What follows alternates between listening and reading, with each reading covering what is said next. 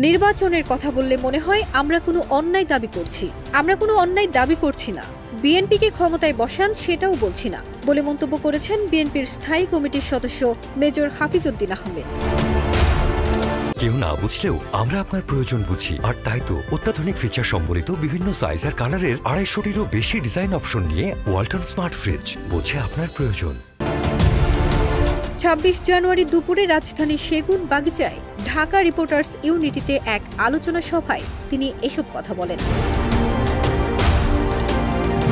তিনি বলেন, আমরা সুষ্ঠু নির্বাচন চাই, অতি দ্রুত নির্বাচন চাই।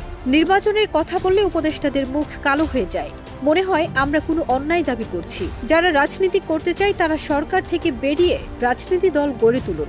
নির্বাচনের কথা বললেই অনেক উপদেষ্টার মুখটা কালো হয়ে যায়। আমরা যখন নির্বাচনের কথা বলি তারা মনে হয় অসন্তুষ্ট হয়ে যায়।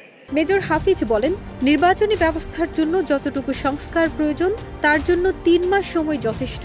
সুতরাং নির্বাচনের মধ্য দিয়ে জনগণের সরকার আসার সুযোগ নেই। ৭১ সালে যুদ্ধ করেছি, নির্বাচিত সরকার ছিল না বলে আমাদের যুদ্ধ করতে হয়েছিল।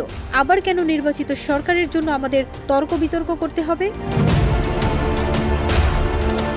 মেজর হাফিজ আরও বলেন, একটি পার্লামেন্ট সংস্কার করবে, সেই পার্লামেন্টকে আসার ব্যবস্থা করে দিন। শুধু শুধু সময় ক্ষেপণ করবেন না।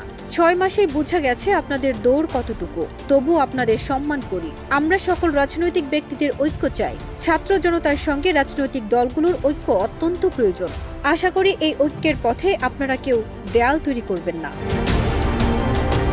ফারজানা নিকিতা, দেশ রূপান্তর।